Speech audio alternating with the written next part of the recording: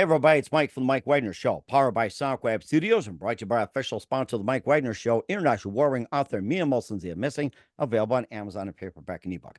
He's back by a popular man, singer-songwriter from Star Prairie, Wisconsin, and 50 miles northeast of Minneapolis, St. Paul, and formed the Star Prairie Project as a collaboration with local musicians and worldwide to write, record, and bring songs to life, going from local to LA to London and beyond. And we talked about previously with New Day at Dawn, with Americana, and the concept behind the album and the history of it, along with Old Dirt Road. And this new release is a concept album which is dealing with the mysteries of antediluvian secret priesthood and what it is. It's known as the Shining Ones. We'll talk more about that. Contain mystery, adventure, and new perceptions of reality of the world. And of course, a new single is A Trip to the Dark Side of the Moon. We're not talking Pink Floyd. It is the Shining Ones featuring My Kundalini. Live, ladies and gentlemen, at Plus Studios in beautiful downtown Star Prairie, Wisconsin, just having a starry night over there, over by the lakes or something. Singer-songwriter from Star Prairie, Wisconsin, and founder of the Star Prairie Project. Back once again by popular demand with an update, ladies and gentlemen, the multi-talented Nolen Chew. Nolen, good morning, good afternoon, good evening. Thanks for joining us once again. Hey, thank you, Mike. My pleasure. Well, it's great to have you back as well, too. So we talked last, you're a singer-songwriter from Star Prairie, Wisconsin, 50 miles northeast of the Twin Cities, and you formed the Star Prairie Project as a collaboration with local, nationwide, and worldwide musicians, write, record, bring songs to life. And we talked about New Day at Dawn, Old Dirt Road, and you have a new release, which is a concept album dealing with the mysteries of the antediluvian, which is a secret priesthood known as the Shining Ones. We'll be talking about My Kundalini, what's that about? And before getting to your new release, Nolen, once again, very quickly, how'd you get started? Well, kind of a sort of a late bloomer in the music business. I didn't pick up a guitar till I was 51. I had a career in the Air Force for 25 years before I retired as a lieutenant colonel. And I bought a used guitar at a pawn shop, and I learned how to play it. And I started going to some jams in the local area, uh, writing my own songs and playing them. And what I decided was I wanted to record. I wanted to, yeah, the singer songwriter aspect of what I was doing was fun, but uh, what resonated was I wanted to record. Mm-hmm. And there was some people at the Star Prairie Jam in a little village right where I live, about 3 miles away, that did a jam on Thursday nights, and a couple of the guys had some uh, studio facilities in their home, and so I started in the guy's basement where we were doing the songs ourselves and using uh, singers and session musicians from the Star Prairie Jam to come and fill it in. And after creating a couple of albums, we decided, I decided that I was going to try to take it to another level, a professional uh, level, where I would try to make major record label um, songs and Mm-hmm. release them worldwide through the streaming platforms. And so in 2019, I set out on my own to search out for people to work with me in the project. And over a period of a couple of years, I met members that are now of the project: Rudiker out of LA, Ivy Marie out of Kentucky, Marcelo Vieira out of Portugal, with Ricardo Dick and uh, his girlfriend, end up forming the nucleus of the project. And we started recording albums in 2019. Our first album was Panacea, Mm-hmm. and it ended up getting 1 million streams. And seven albums later, 4 years and 7 albums later, we're doing a more ambitious adventure with this concept album. 7 albums, 12 million streams on Spotify. Our project's grown from 3 or 4 members to 7 of us Oh, now, wow. and we've been working together for a while now. So we've sort of divided the thing up into 2 groups. One, the American team of Rudiker and Ivy Marie, and we're doing pop song, indie pop, and Americana, and that's Hmm. what the last album was that I came on to talk about, A New Day and Dawn. And then with the group of folks in Portugal, Marcelo Vieira that I was talking about, Ricardo Dick, and Sandrine Orsini, and then we added drummer Mauro Ramos, and it's a completely different vibe. It's a harder rock, retro rock, classic rock of a and so we've sort of switched off between Americana pop music and the harder, more progressive music, and it's just exciting. It's growing our best work, and then on top of it, things just happen like working with Tom Titka. And I know you know Tom. He's been on your show several Very well. times. I've had on my show quite a few times. Very And amazing guy. interesting, just interesting character. And we were both working with Phil G out of Minds Behind the Music for a couple years. And we went over to One Media together. We signed with One Media last year. So we started talking, we started writing songs together, and we wrote a couple of singles, 2 songs back to back, really quickly. It just went boom, boom. Yeah, it was one of those uh, serendipities where it was, yeah, we should do that sometime. And then, like an hour later, he sends me a 30-second music clip, Oh my and goodness. I listened to it and I went, oh, that's really good.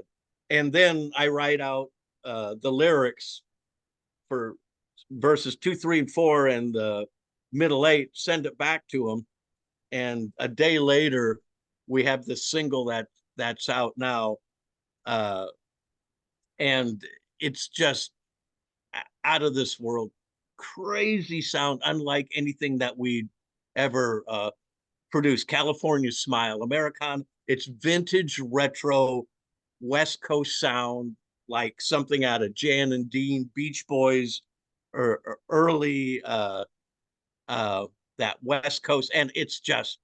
And so then we wrote another one right behind it called Starting Over With You. That's more of a classic 50s type of Hank Williams type ballad. And so we're, and I'm putting together this release for the Shining ones, and it is like, it gives you whiplash. The styles of the music are so different, but yet it's all excellent uh music. So Tom and I are laughing. He's got a new album out. I got this new one coming out. We're working on our own material. We're halfway through another album, so it's crazy to try to uh keep it all straight sometime, but that's a good problem to have. Well, that's interesting. You talk about the album as well, too. The Mysteries of the Antediluvian Secret Priesthood in the Shining Ones. We'll talk more about that with Nolen Chew of the Star Prairie Project. But first, listen to the Mike Wagner Show at the MikeWagnerShow.com, powered by SonicWeb Studios. Visit online at SonicWebStudios.com for all your needs. Look at a professional website without breaking your budget. SonicWeb Studios is the answer. Sonic Web Studios offers fast, affordable custom web designs that blow the competition away. Call today, 1-800-303-3960. That's 1-800-303-3960. Or email to support@sonicwebstudios.com. Mention the Mike Wagner Show. Get 20% off your first project. Sonic Web Studios. Take your image to the next level. Also, time to give official shout out to our official sponsor of the Mike Wagner Show, international warring author Mia Molson-Zia. If you love fast-paced mysteries, you'll love Missing by Mia Molson-Zia, available on Amazon and paperback and ebook. Missing is fast-paced and intriguing with an unforgettable twist. Takes place in 4 countries, 2 strangers, 1 target, where truth is illusion and those you love be the first go missing. It's available on Amazon and paperback and ebook. Missing by Mia Molson-Zia has garnered great reviews. And Evil Evan enjoys by Howard celebrities, including Joanna Cassidy, Forrest Riley, and Eminem. So grab your copy today for it goes Missing by Mia Molson-Zia, available on Amazon. Also, check out the Mike Wagner Show at the MikeWagnerShow.com on 40 podcast platforms, heard in 100 countries, including Facebook, SoundCloud, Spreaker, Spotify, and iHeartRadio. Also, Apple Music, Odyssey, BitChute, Rumble, YouTube. Make sure you subscribe. Follow us on Instagram, LinkedIn, Twitter, TikTok, Facebook, and more. Take us with you on any mobile device. And for great gift ideas, go to Amazon.com. Check out the Mike Wagner Show podcast. T-shirts, pop sockets, throw pillows, tote bags, hoodies, makes great gifts 24/7. Go to Amazon.com. Check out the Mike Wagner Show podcast. And for more great gift ideas, go to Amazon.com/me and Wilson Zia for great books, great gifts like Missing Once and Wrinkles, plus t-shirts, pop sockets, hoodies, phone cases, and more. Amazon.com/me and Wilson Zia. Check it out today and support the Mike Wagner Show on Anchor FM, PayPal, and the MikeWagnerShow.com. We have the amazing singer, songwriter, multi-talented from the Star Prairie Project, 50 miles northeast of the Twin Cities on the Mike Wagner Show. Nolen Chew, the founder of it. And before we get back to the Shining Ones featuring Mike Kudalini, will play a song at the end of the audio interview on the Mike Wagner Show. Encourage everybody to check it out. Of course, we talked about Old Dirt Road and New Day at Dawn. And how are those albums coming, by the way? What's the update on them? That one's been out like 6 months now, and it's just about to touch 2 million streams. It's like 1.87 million. Just Wow. so very well received.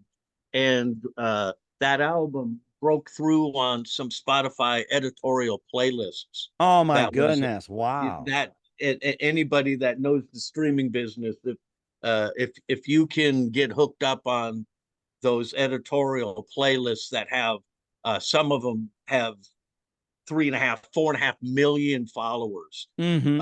it opens some doors. It's like the old charts Oh, or yeah. top 40. Mm-hmm. and Or top of the and pop charts and all that. Top of the yeah, pops. and so it really gets your numbers uh, go crazy, and the opportunity for exposure and just the depth and breadth of the expansion of the audience is really exciting. And Mm, that's one of the things that's real, real credibility. Obviously, people that do what I do or work in the digital streaming music age, realize that the money, we don't do it for the money. right. and and so it's good to be rewarded by having the music recognized. And Mm, I know it's funny. I On Facebook, I saw an artist complaining about algorithms and how algorithms have taken all the real originality away, and algorithms picking this, and they can't mm. find the real talent in the songs. And I said, yeah, I used to think the same thing. I hated algorithms until I got picked up on 6 editorials playlists on Spotify. And then it was like, yeah, algorithms. I love algorithms. Well, I'll tell you one thing. It's just like, Weird Al Yankovic said, like 2 million streams or 10 million streams, whatever it is, and getting like $10. Thank you all for helping me get a sandwich or something. He's kind of a little humor in that too. So, you get a sandwich guaranteed and maybe more, steak dinner, everything like that. And of course, with the new release being a conceptual album, Mysteries of the Antediluvian Secret Priesthood. And what is that? Tell us more about that. I mean, that's a mystery itself, Nolan. And yeah, it's so mysterious. It's hard to describe.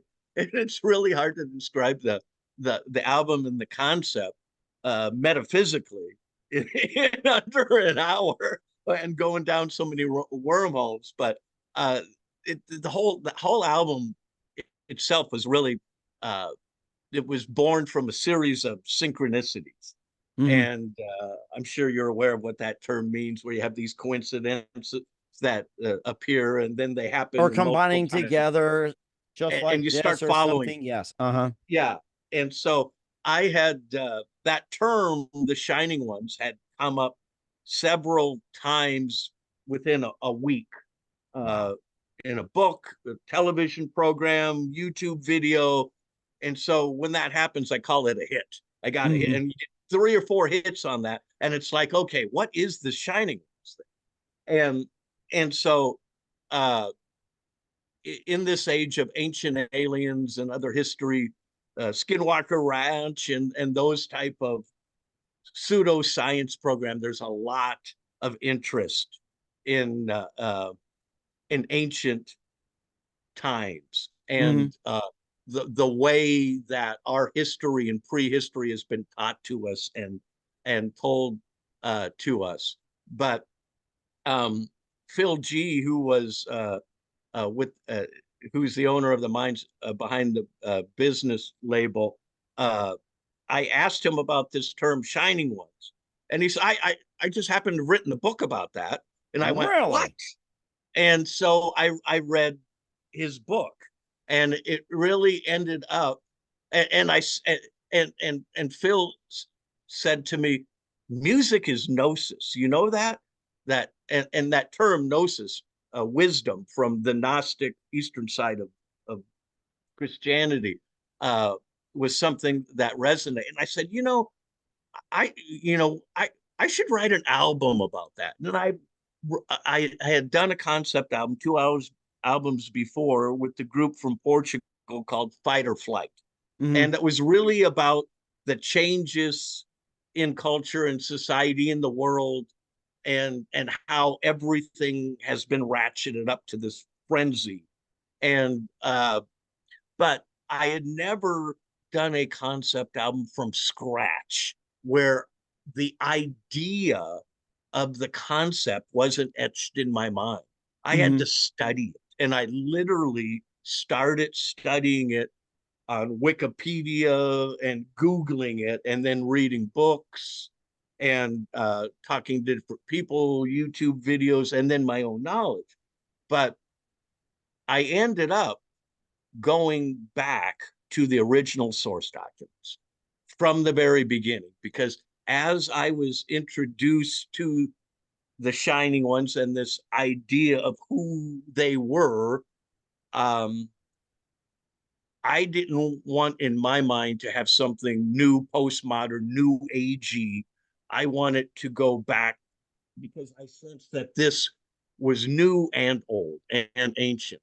And Hmm. so I started with the Bible in Genesis 6 and the Nephilim and the falling angels, because they're all connected to this. Hmm. And then led me to the book of Enoch, the first book of Enoch, the Watchers. And then I procured the book of Jasher, the books of Adam and Eve, and the book of Jubilees, which are the non-biblical but uh, pseudo-biblical texts that were written at the age. Hmm. But essentially, what the story of the Shining Ones is about a group of people.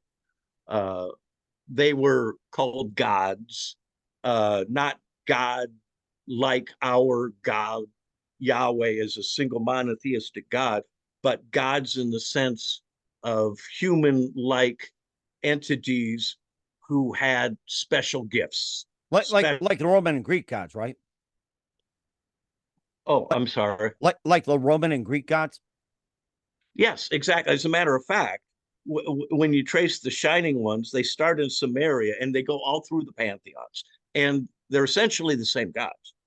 And that's interesting as well. But these people emerged in the beginning of our history, about 8,000 BC, Hmm. when Sumeria was first settled in high civilization. And around that time, also, the Shining Ones were appearing in Egypt. And individuals called the Shining Ones or the Watchers or the Lookers in Or the or or Indus or the Valley. or the Watchmen be considered as well, like Watchmen? Yes, yes. And also in Mesoamerican, Quetzalcoatl, China, Japan, about this same period. And as science is now we've had time over the years to find historical evidence of these people. For example, in many of the biblical cities that are mentioned in the Bible, I think almost all of them except for one have been discovered. There was a time early in my life where I was told these were myth and these cities didn't exist. Well, in the last 100 years, we've pretty much disproven that. For example, the city of Nineveh, which is familiar to people who are Christians or Jews or the people that know the Bible, under the city of Nineveh was a library where they found 20,000 cuneiform clay tablets Wow. that they were able to um, that they were able to translate. They were essentially clay pressed with a stylus that hardened. Hmm. And of these tablets, they gave creation stories and epics, such as the epic of Gilgamesh and the Enuma Elish, which is their creation story, where they talked about these shining ones. They called them Anunnaki, is what those people were called. And the Anunnaki were those who came from the stars down to Earth. Hmm. And the story goes that at about 8,000 BC, as we were moving away from cavemen into the Neolithic period, our high civilization sprang up. And this was a period in time after a big cataclysm, Hmm. and we know as a flood. And our biblical flood was also in the book of Gilgamesh, which is the oldest story written down on those clay tablets. Talked Interesting. about uh, talked about the flood, and it talked about the destroying of Earth on civilizations that existed on the. And in the past, people that are interested in that would be familiar with Lemuria. Atlantis is the most famous. Plato wrote about Atlantis. Edgar Casey, American prophet, talked about uh, Atlantis. But these first indications of the shining ones was like in Egypt with Oannes, who the god who was came out of the water to teach the people on the shore.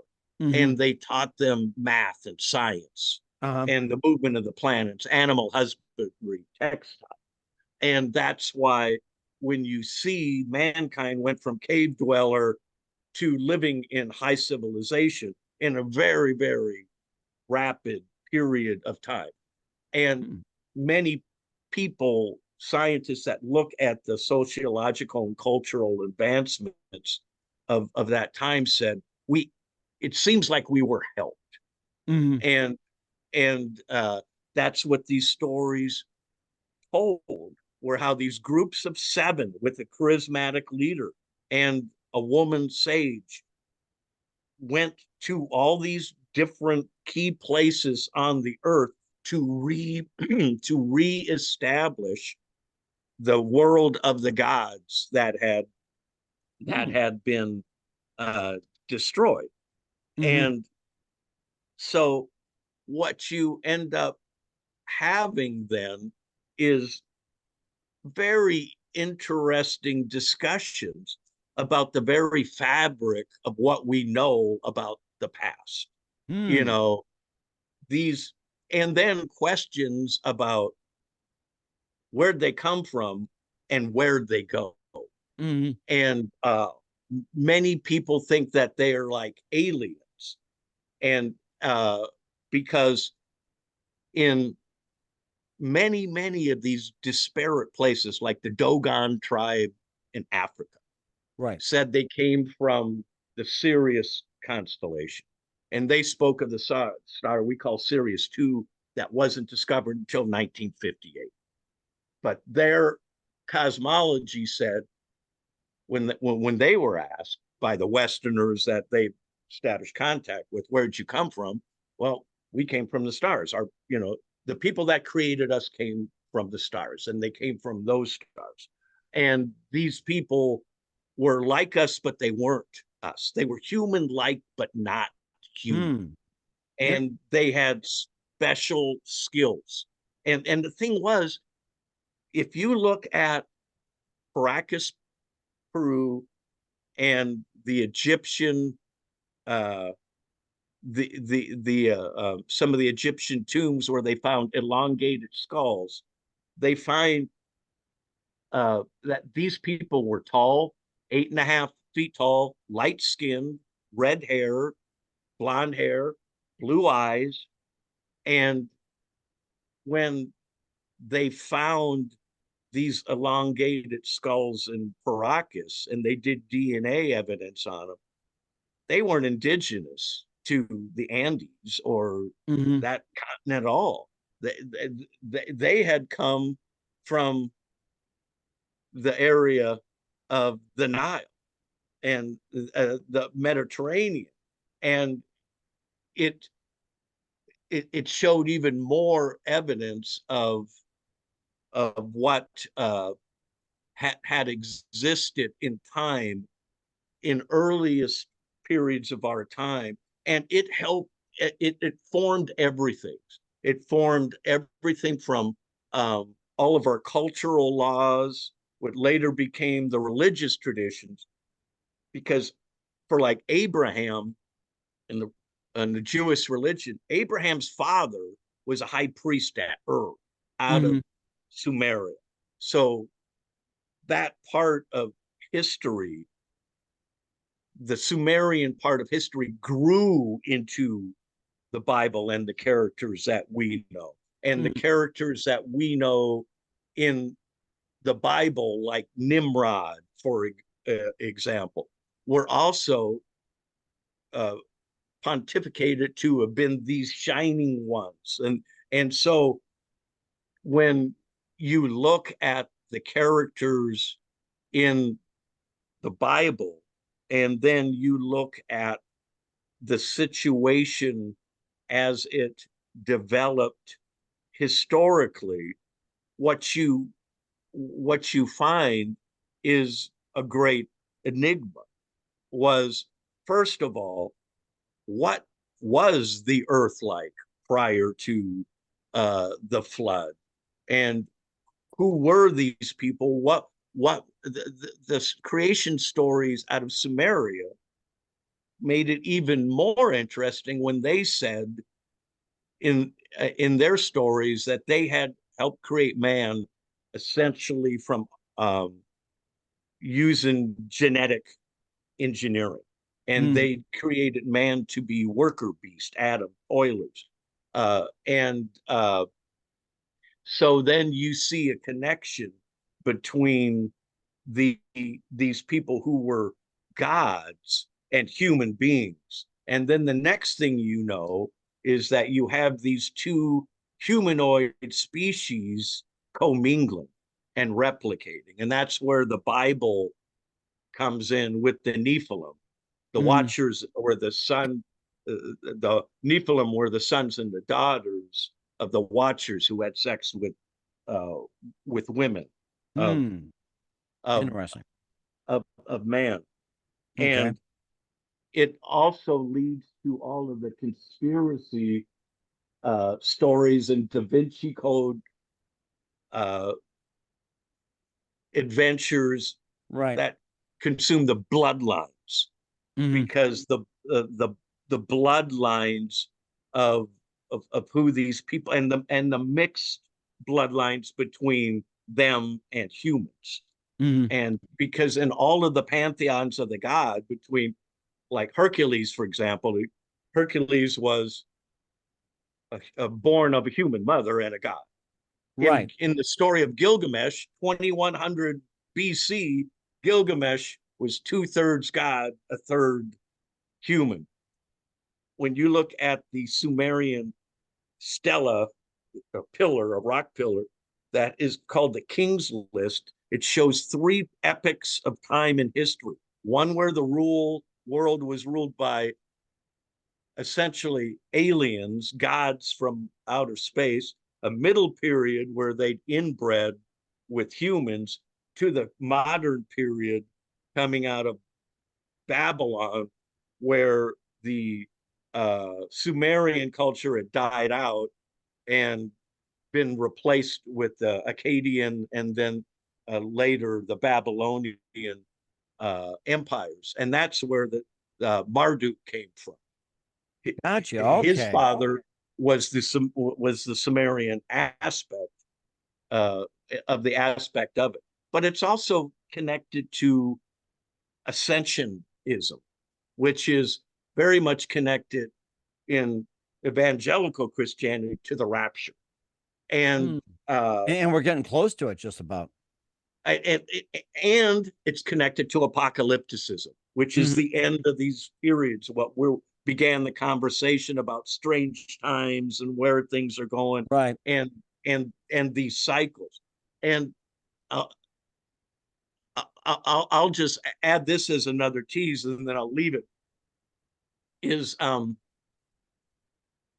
if you look at the world of UFOlogy Mhm. and aliens and UFO since World War II, since Roswell in 1948, Mhm. the first big event, up until the congressional hearings that are taking place now, there Mhm. has been a tremendous change that could involve the Shining Ones or these advanced people, in the sense that when I was in the Air Force, and I actually worked in the basement of the Pentagon, where Project Blue Book was one of my programs. Uh-huh. And of course, Project Blue Book was a PR effort to dissuade the American people that there was nothing there. That's what it was about. Just swamp gas, whatever, just give them a reason. But, Right.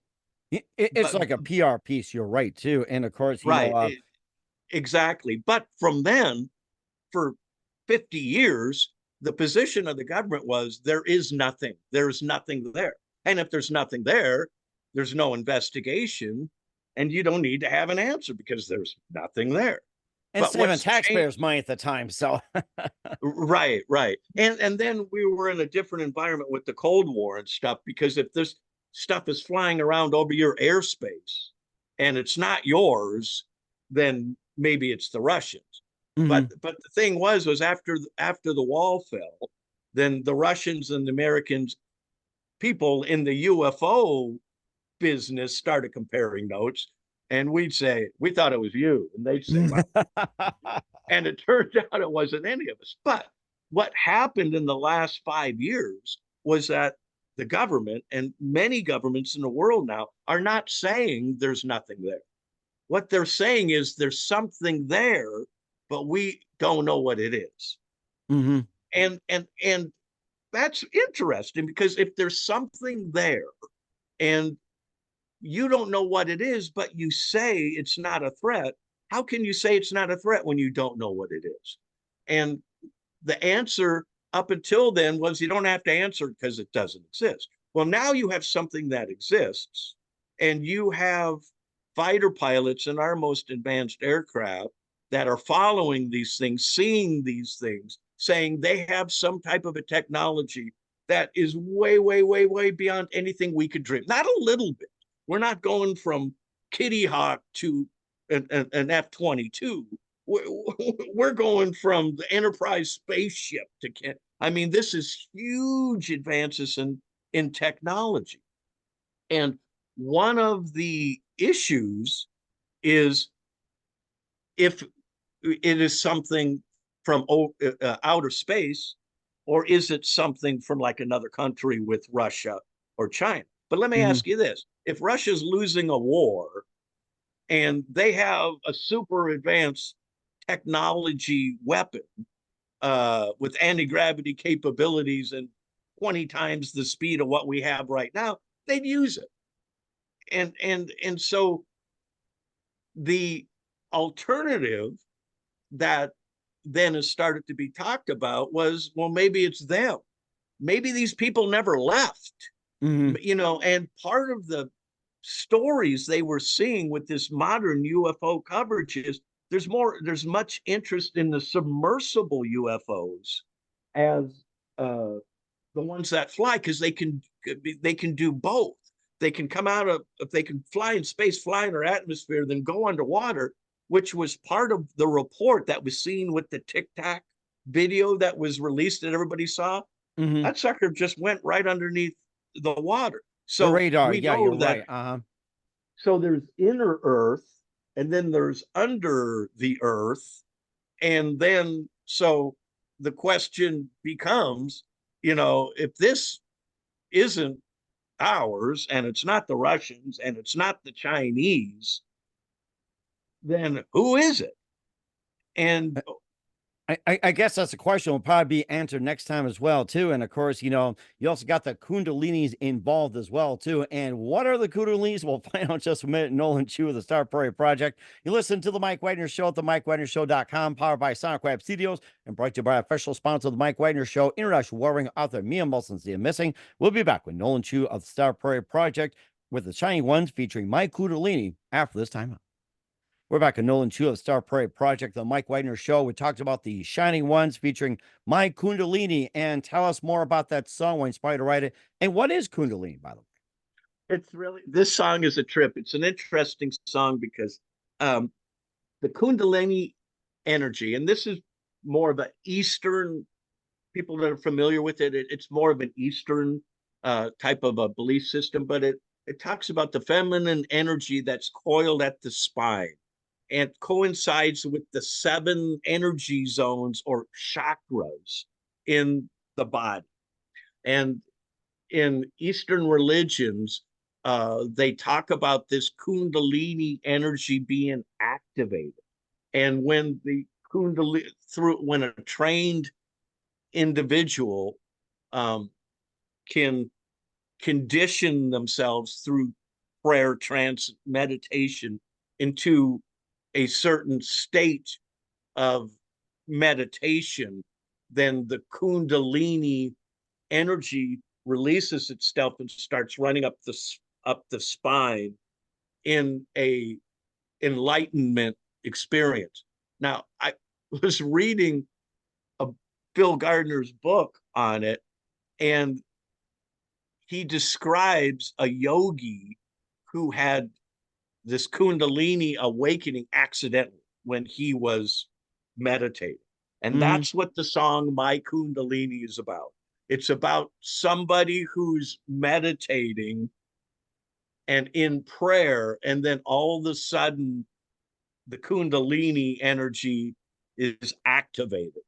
And the song is a symphonic musical representative of this highly, very, very rare, energetic. I mean, this event is an energy event that literally lights you on fire like a Roman candle. It is an incredible experience and event that just leaves the person totally shaken, but it blows their mind for perpetuity in terms of a Jesus experience, where people claim they see through the eyes of Christ. They see oneness and unitary consciousness.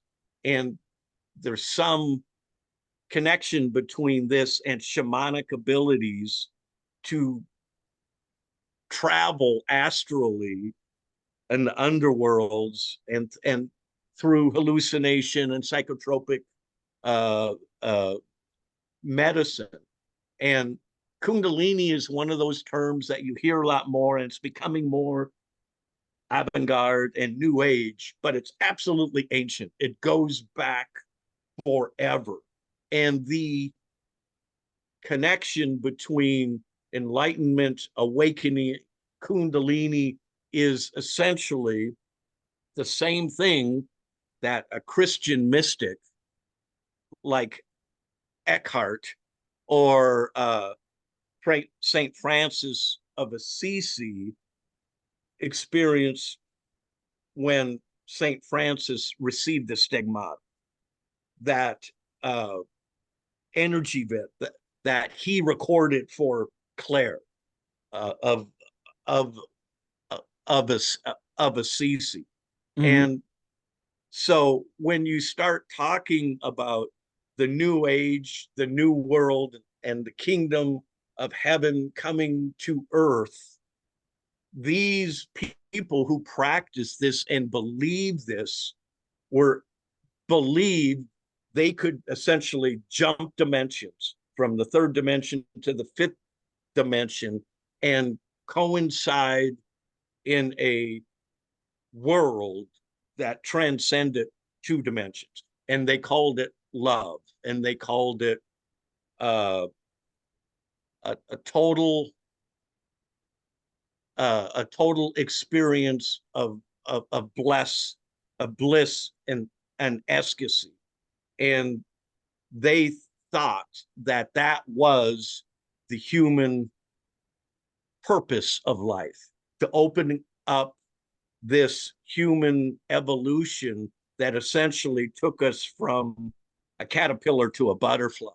And this new, and if enough people could attain this, and you could have mass ascensions, very similar to what they talked about in the Left Behind books that were written in the Oh 90s. yeah. Oh And yeah. I'm going, my God, there is nothing new. There is nothing old. It's just all, it all comes around. So I wrote these songs using different aspects, and it's so complicated. So I just try to use some keywords, key terms, Hmm. and let the energy of the music and my kundalini that you're going to play is a good example. I mean, this song takes you from the first note all the way through the end, wrings you out dry and leaves you exhausted, but yet with a feeling of content. Hmm. And you have a feeling like you're going somewhere you've never been before.